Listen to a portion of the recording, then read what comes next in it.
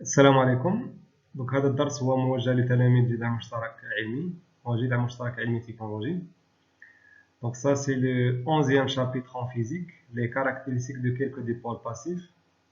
Dans ce chapitre, on va voir donc la définition d'un dipôle et le dipôle passif et les propriétés des dipôles passifs. Puis on va voir quelles sont les caractéristiques de quelques dipôles passifs comme la lampe, comme les diodes et les thermistances et le VDR. Voilà, donc on va commencer donc ce chapitre. Donc on commence avec le premier paragraphe, l'introduction, les définitions et les classifications des dipôles. On commence avec la définition d'un dipôle.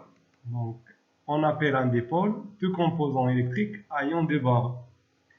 C'est comme la lampe, le générateur, la pile, les résistances, les diodes. Donc tous ces dipôles ayant deux bornes. Un dipôle est passif si ce dipôle, lorsqu'il est branché seul avec un voltmètre, ne présente pas de tension à ses bornes. Lorsque la lampe n'est pas parcourue par un courant, la tension à ses bornes est nulle. Donc la lampe, c'est un dipôle qui est passif.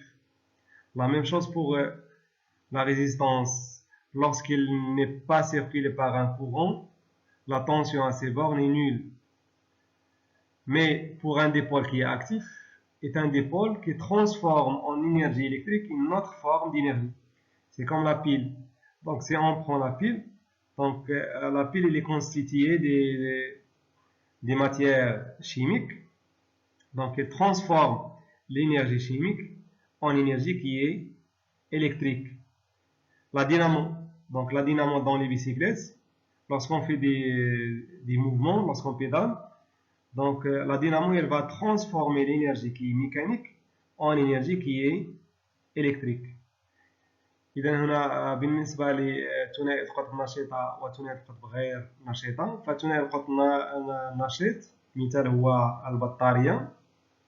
فالبطارية في غياب أي تيار كهربائي يوجد بين مربطيها توتر كهربائي وهي تنتج طاقة كهربائية انطلاقا من طاقة كيميائية توجد بداخلها.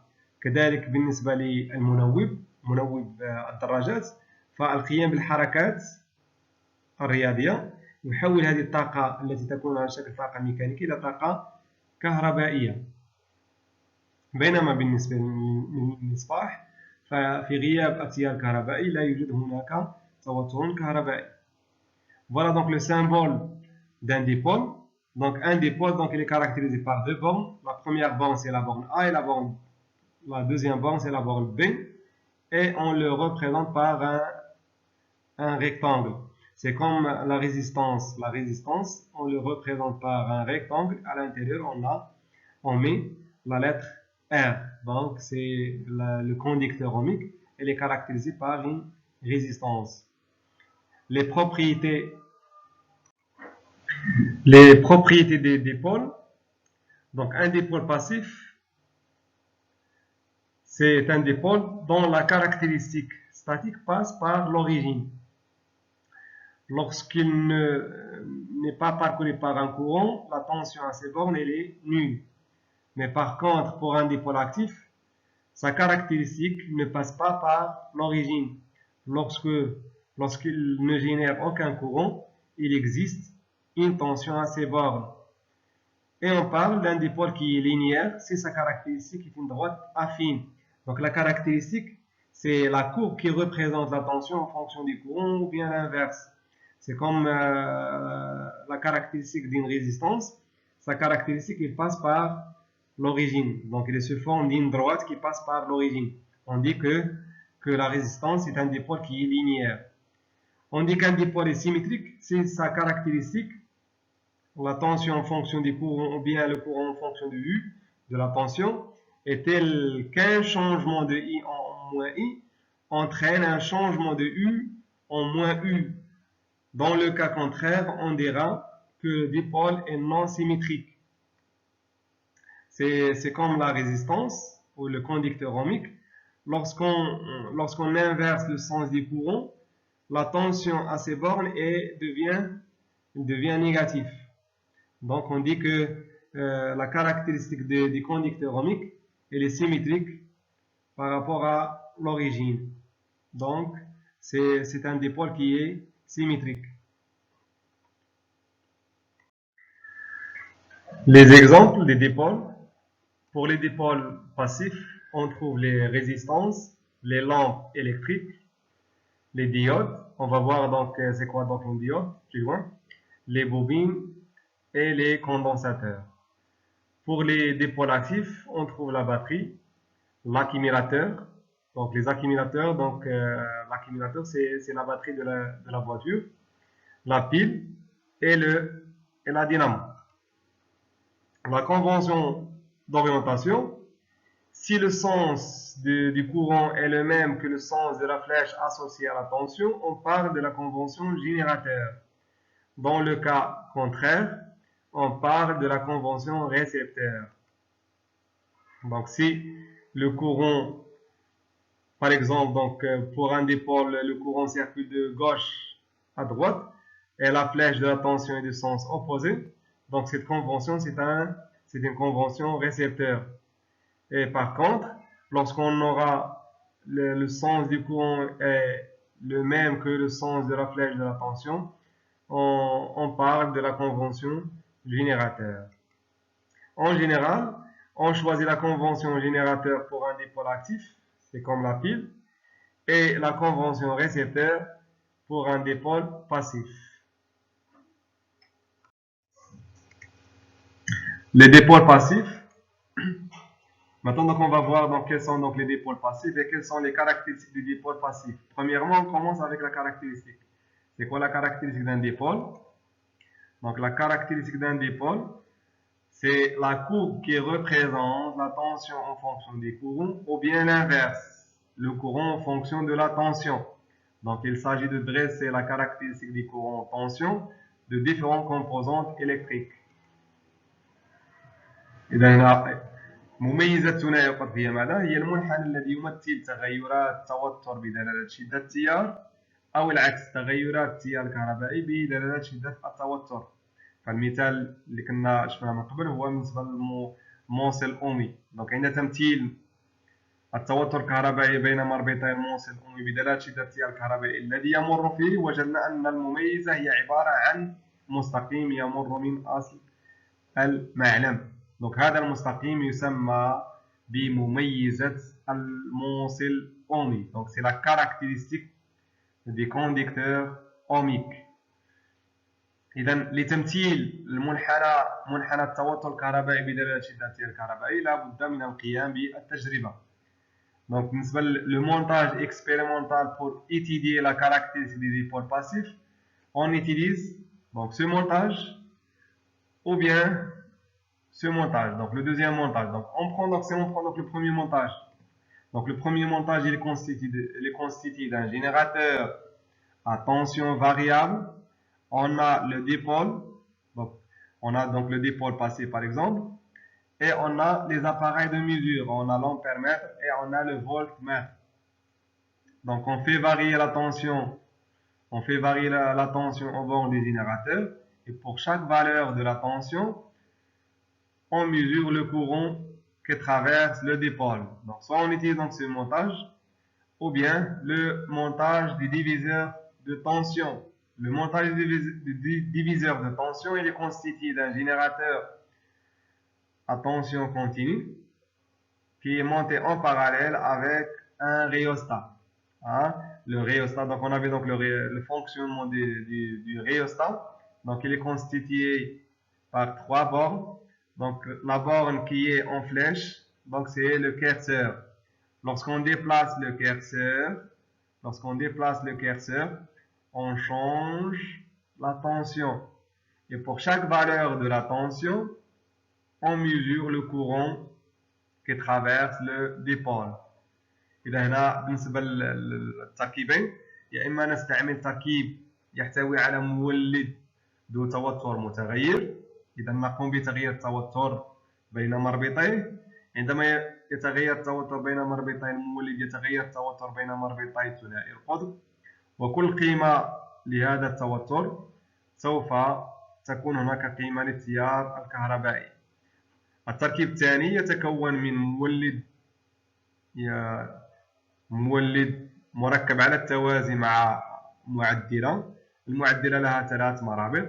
المربط الذي نرمز له بسهم فهو يمثل الزالقة. إذا عندما نغير موضع الزالقة فيتغير التوتر الكهربائي بين مربطي ثنائي القطب.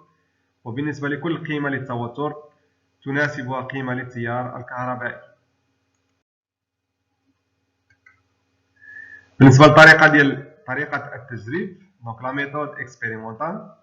إذا هنا الطريقة هي سهلة، نقوم بتغيير التوتر الكهربائي يا إما باستعمال التركيب الأول أو التركيب الثاني، وكل قيمة للتوتر توافقها قيمة للتيار الكهربائي. هنا لابد من أخذ الحذر. إذا بالنسبة لكل ثنائي قطب فالمصنع يضع قيمتين قصويتين للتيار الكهربائي وكذلك لا بويسونس، دونك القدرة. إذا قيمة التيار الكهربائي القصوى لا يجب تجاوزها، وكذلك بالنسبة للتوتر الكهربائي القصوي لا يجب تجاوزه لتفادي إتلاف هذا الجهاز. إذا بالنسبة للمصنع يضع يا إما القيمة القصوى للتيار الكهربائي والقدرة. إذا من خلال العلاقة التي تربط بين القدرة والتوتر والتيار يمكن أن نجد التوتر الكهربائي أو التيار الكهربائي بمعرفة أحدهم. Voilà. Donc, lorsqu'on fait varier donc, la tension aux bornes du dipôle passif, donc il ne faut pas dépasser la valeur indiquée par le constructeur pour ne pas détériorer donc, le dipôle. هنا سوف نقوم بدراسة بعض مميزات ثنائيات القطب غير نشطة.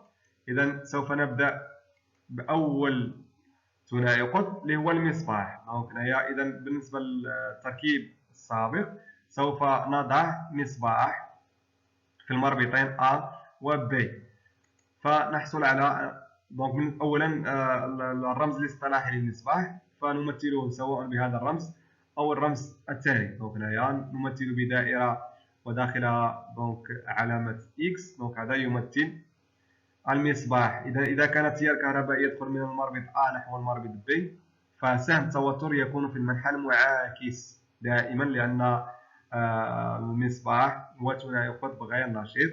إذا نأخذ الرمز الاصطلاحي للمستقبل.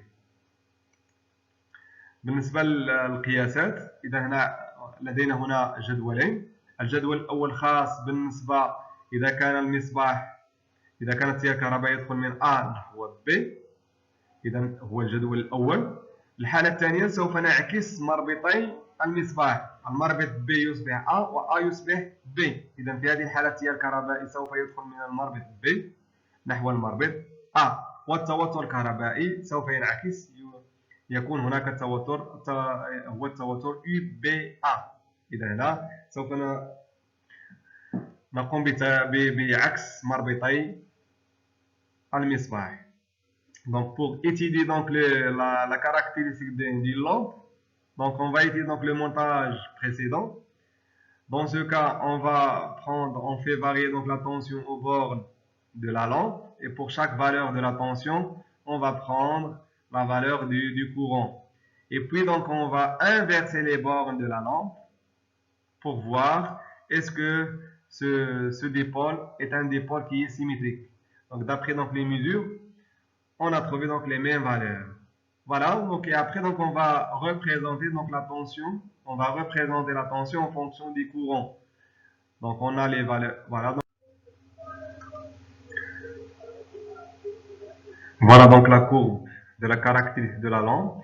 Donc cette courbe donc elle passe par l'origine. Donc la lampe c'est un dipôle qui est passif et on voit qu'il est symétrique par rapport à l'origine. Donc cette courbe elle est non linéaire, donc c'est une courbe et elle est symétrique par rapport à l'origine. Voilà donc la conclusion. Donc la lampe est un dipôle qui est passif, non linéaire, mais elle est symétrique par rapport à l'origine. Le deuxième dipôle, c'est la diode normale à jonction. Donc يسمى بالصمام الثنائي العادي. Donc la diode à jonction, il est constitué d'un semi-conducteur tel que le germanium ou bien le silicium. Donc il est dopé par d'autres atomes. On le symbolise par le symbole suivant.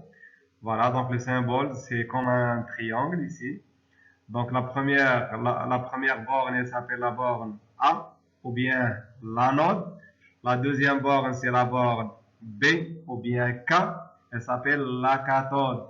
Donc lorsque le courant circule de l'anode vers la cathode, on dit que la diode est polarisée dans le sens direct. Et lorsque le courant circule de B vers A, on dit que la diode est polarisée dans le sens indirect. Et toujours, donc, la flèche de la tension est de sens opposé par rapport au courant. إذا بالنسبة للصمام الثنائي العادي فهو يتكون من شبه موصلات. بالنسبة لشبه الموصلات يكون يا إما الجرمانيوم أو السيليسيوم. والسيليسيوم أو الجرمانيوم تكون هناك فيه ذرات داخلة. دونك هذا تسمى بعملية التنشيط لو دوباج. بالنسبة للرمز الاصطلاحي فالمربط الأول للصمام الثنائي يسمى بالأنود مرموز له ب A، والمربط الثاني يسمى بالكاثود ونرمز له ب B أو K. إذا عندما يمر التيار الكهربائي من A نحو B نقول أن الصمام الثنائي مستقطب في المنحى المباشر، وعندما يكون منحى التيار الكهربائي من B نحو A نقول أن الصمام الثنائي مستقطب في المنحى المعاكس. إذا سوف نقوم بالتجربة السابقة. نستبدل دونك ثنائي القطب المربطين A و B، نضع صمام ثنائي عادي فنحصل على النتائج التالية. إذا عندما يكون الصمام الثنائي مستقطب في المنحى المباشر نلاحظ أن التيار الكهربائي يكون منعدما حتى عندما يصل التوتر الكهربائي إلى القيمة 0.8. إذا عندما يصل التوتر الكهربائي بين مربطي الصمام الثنائي 0.8 نلاحظ أن هناك وجود تيار كهربائي. إذا نقول بأن الصمام الثنائي يسمح بمرور التيار الكهربائي. بينما إذا كان مستقطب في المنحى المعاكس، أي أن التيار الكهربائي يمر من الكاثود نحو الأنود، فنلاحظ أن قيمة شدة التيار الكهربائي تكون منعدمة مهما كانت قيمة التوتر الكهربائي. Donc lorsque la diode est polarisée dans le sens direct, tel que le courant circule de A vers B, donc elle laisse passer le courant lorsque la tension à ces bornes est égale à 0,8 volts. Mais par contre, elle ne laisse pas passer le courant, donc elle est bloquante lorsque le courant circule de B vers A. On dit que la diode est bloquante, elle ne laisse pas passer le courant. Voilà donc la caractéristique de ce dipôle. Donc, dans le cas où il est polarisé dans le sens direct, on obtient une coupe. Elle laisse passer donc le courant à partir d'une certaine valeur de la tension. La plus petite valeur de la tension à partir duquel où il laisse passer le courant, elle s'appelle la tension seuil.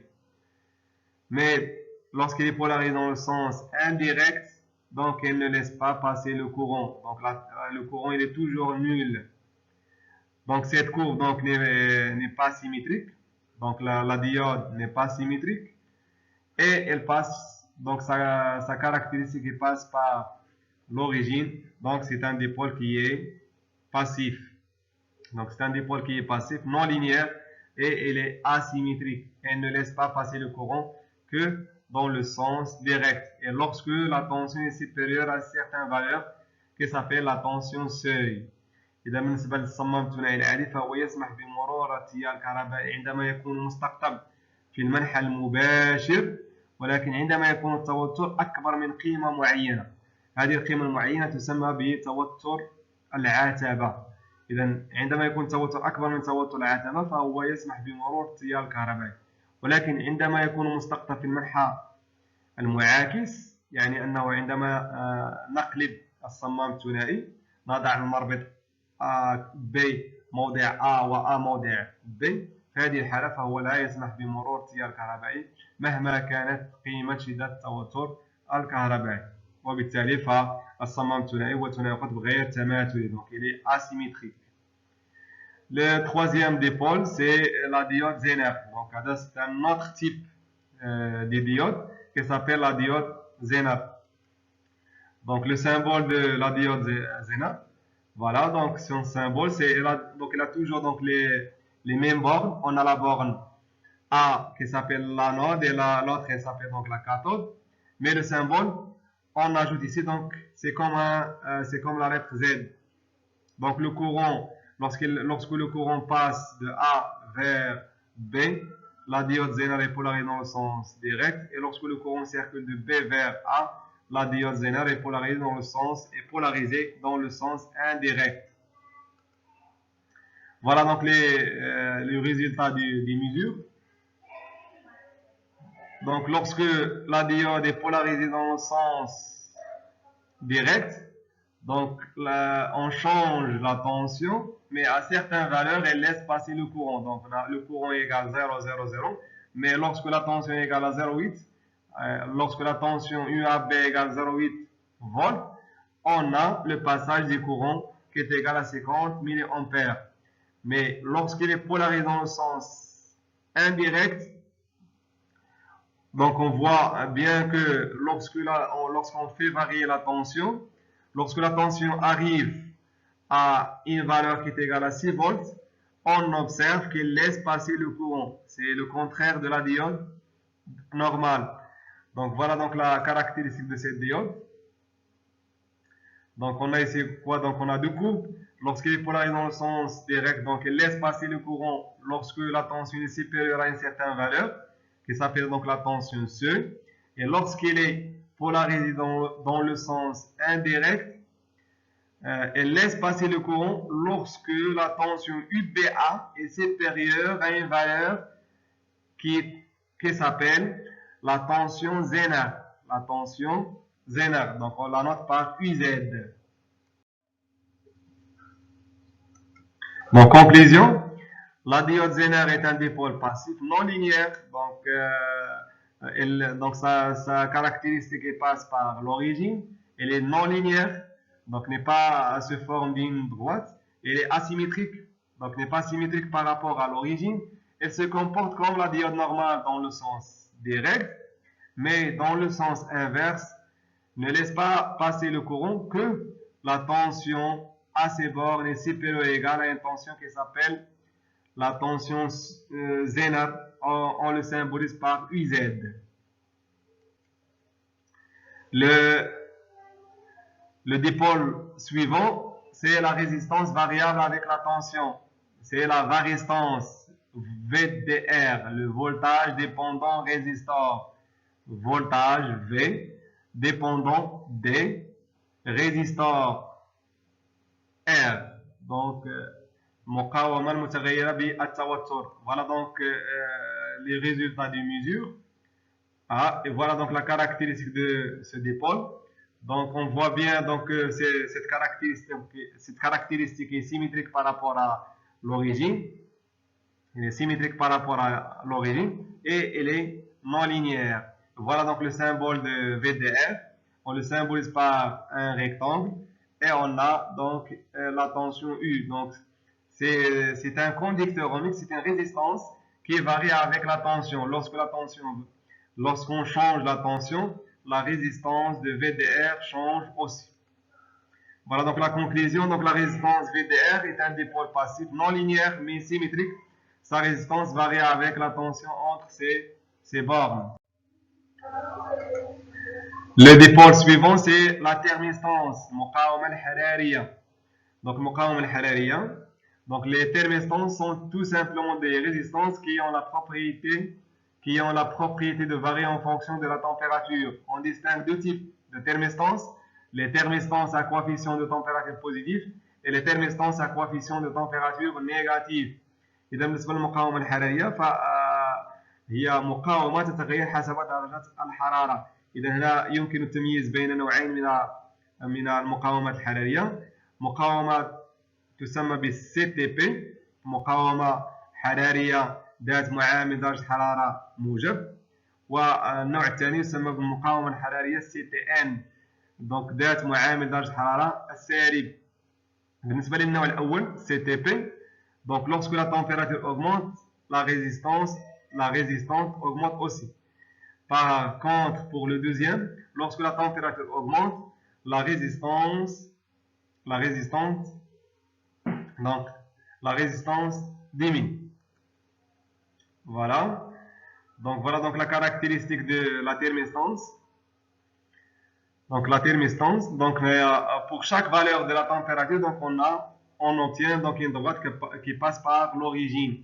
Donc ce dipôle est un dipôle qui est passif, linéaire, et il est symétrique. Sa résistance varie avec la température. Donc sa température, donc sa résistance, elle varie avec la température. Donc lorsque la température, donc si je prends donc ces trois exemples, pour la première résistance, elle est égale à 10 kΩ. Pour la température qui est égale à 20 degrés Celsius. Pour la deuxième, donc la résistance est égale à 3 kΩ à une température qui est égale à 40 degrés Celsius. Et pour la troisième, on a la résistance est égale à 1 kΩ pour la température qui est égale à 60 degrés Celsius. عندما تتغير قيمة درجة الحرارة فالمقاومة كذلك تتغير. هي عبارة عن موصل أومي. إذا مميزة الموصل الأومي هي عبارة عن مستقيم يمر من أصل المعلم، والمقاومة تمثل ماذا؟ تمثل المعامل الموجه لهذا المستقيم. إذا حسب نوعية المقاومة الحرارية، هل هي مقاومة حرارية من نوع CTN أو من نوع CTP.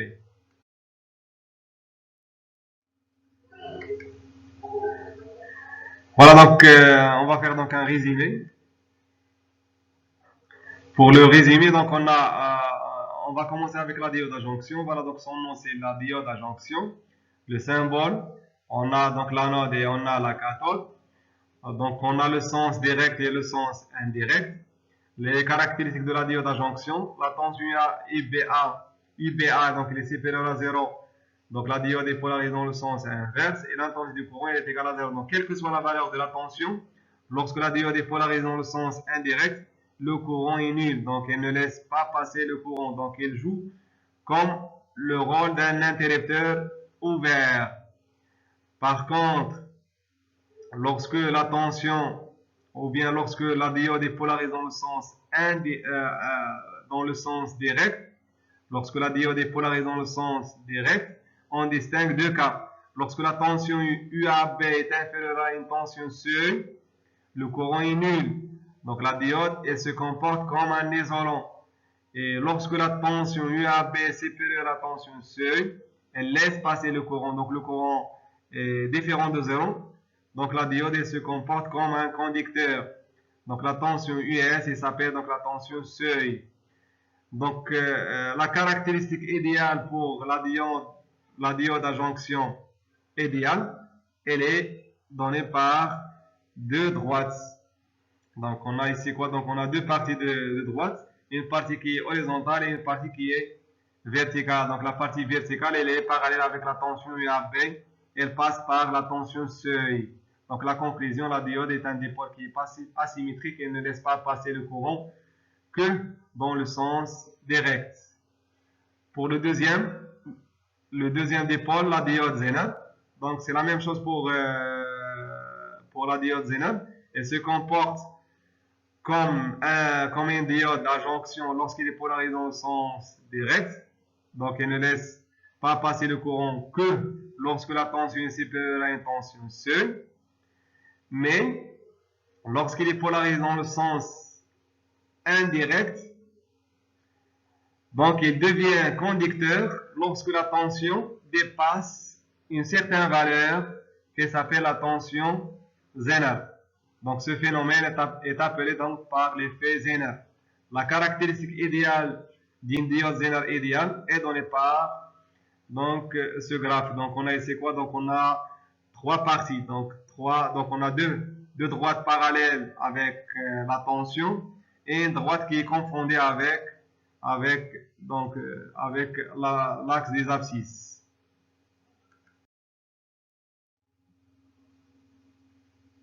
Voilà donc pour une troisième diode qui s'appelle donc la diode électroluminescence. Donc يسمى بالصمام الثنائي المتعلق كهربائيا. إذا هو يتميز بنفس الخاصيات الصمام الثنائي العادي. الخاصية التي يتميز بها الصمام الثنائي المتعلق كهربائيا هو أنه ينبعث منه الضوء.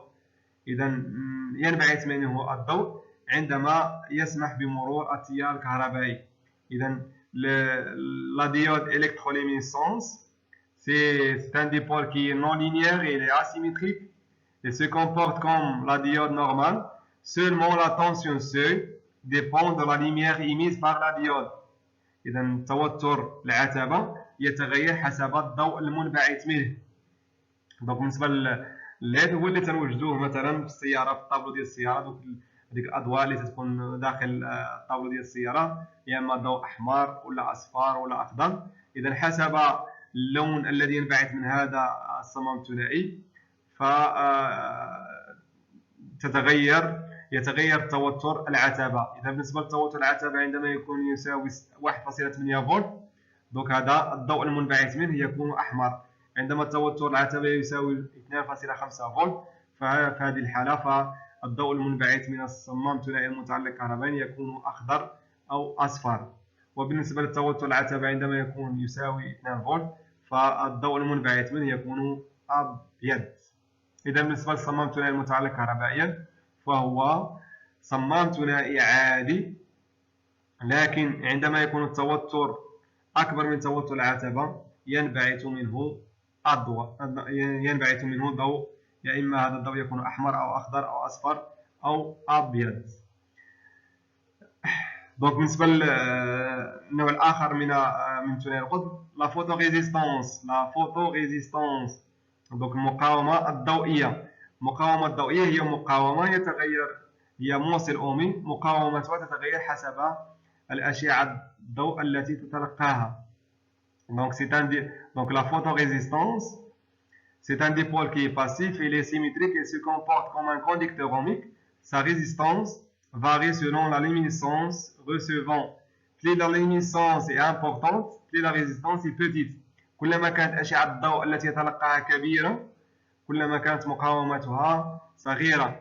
Plus la luminescence est faible, donc إذا خدينا مثلا في الظلام في هذه الحالة sa résistance est grande. La thermistance donc المقاومة الحرارية. بالنسبة للمقاومة الحرارية donc on a vu donc هناك نوعين بالنسبة للمقاومة الحرارية. On a le premier type c'est le CTP, la thermistance à coefficient de température positive. Sa résistance augmente avec l'augmentation de la température. Et CTN, c'est la thermistance à coefficient de température négative. Sa résistance diminue avec l'augmentation de la température. Le dernier dipôle, donc, il s'appelle donc le varistance ou bien VDR. Donc, c'est un conducteur ohmique. Sa résistance change ou bien dépend de la tension. Donc, elle dépend de la tension.